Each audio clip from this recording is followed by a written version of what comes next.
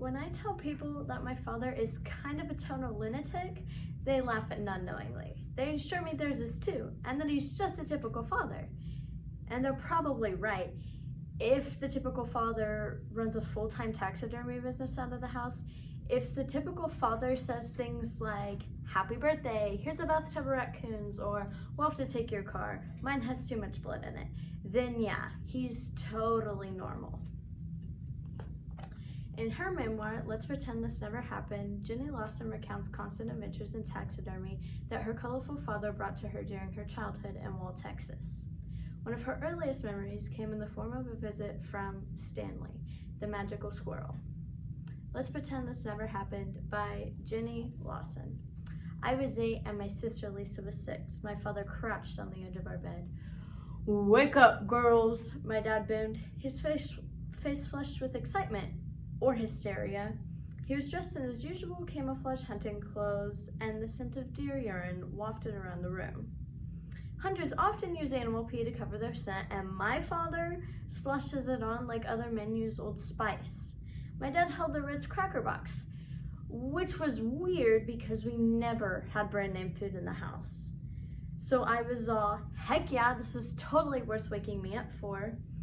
But then I realized something was alive and moving in the cracker box, which was disturbing, less because my father had brought some live animal in a cracker box into our room, and more because whatever was in there was ruining some perfectly good crackers. Let me preface this by saying my father was always bringing home, well, plum crazy stuff. So before we would embark on any adventures, we would ask a series of questions designed to indicate the level of danger Daddy would be exposing us to. We had invented what we would later refer to as the dangerous thesaurus of my father. It's very excited means it has rabies. Now this is really interesting means you'll still have nightmares about it when you're 30. And finally, it just wants to give you a kiss means it's probably going to eat your face off. For this particular visitor, Daddy leaned towards us and told us that this box held our newest pet. This is the same man who once brought home a baby bobcat, let it loose in the house, and forgot to mention it because it didn't seem important. So for him to be this excited, I assumed the box had to contain something truly amazing, like a 2-headed lizard or a baby chupacabra. He opened the box and whispered excitedly, "Come out and meet your new owners." Almost as if on cue, a tiny head poked over the top of the box. It was a smallish, visibly frightened squirrel. Its eyes glazed over from fright. My sister squealed with delight, and the squirrel disappeared back into the box. "Hey now, you've got to be quiet or you'll scare it," my father warned. Lisa and I were silent, and the tiny squirrel tentatively peeked over the top of the box. It was cute, as far as squirrels go, but all I could think was, really, a squirrel, this is what you got me out of bed for? My father leaned in like he was telling us a secret he didn't want the squirrel to hear. "This is no ordinary squirrel. This is a magic squirrel. I will prove it to you." He looked into the box.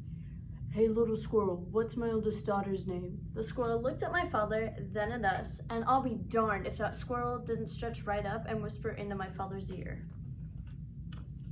"He said Jenny." It was impressive, but both my sister and I were quick to point out we didn't actually hear the squirrel say my name, and it was more likely the squirrel was just looking for food in my father's ear hair. "Fine, little squirrel, what is 2 + 3? And this amazing, magical, wonderful squirrel raised his squirrely little paw 5 whole times. Immediately, I realized this magical squirrel would be my ticket out of this West Texas town. I would parlay the squirrel into money, toys, an appearance on The Tonight Show. I would call him Stanley. I would hire a Cuban seamstress named Samara to make tiny leisure suits for him. Just as I was considering whether Stanley would look more dashing in a fedora or a beret, my father smiled broadly and ripped open the box that was holding the little squirrel. Stanley looked strange. I dimly realized that his stomach was huge and distended, bowing out like an enormous beer belly. Samara will have her work cut out for her, I thought to myself, And then I realized Stanley's tiny back feet were swinging awfully listlessly, and that my father's hand was stuck up inside the body of the squirrel. "You raging psychopath," is what I would have said if I hadn't been 8 years old. Fresh blood was drying on my father's sleeve, and my mind struggled to piece together what was happening. I realized that this was a dead squirrel my father found dead on the road and had sliced open, deciding to use it as some sort of grotesque hand puppet, cold from the very bowels of hell. Lisa giggled and stuck her hand up the bottom of the squirrel. As she shoved the fresh carcass up to her elbow, I made a mental note to start checking the back of milk cartons, certain my real parents, who had most likely misplaced me, must be very worried about me and my dad. Many years later, my sister's daughter Gabby was born. My father decided he should bless his 4-year-old granddaughter with a never-ending therapy that resulted with the talking magic carcass in a box. He tanned a raccoon hide and placed the mutilated carcass in a large cereal box. He placed it under the guest bed and then forgot all about it.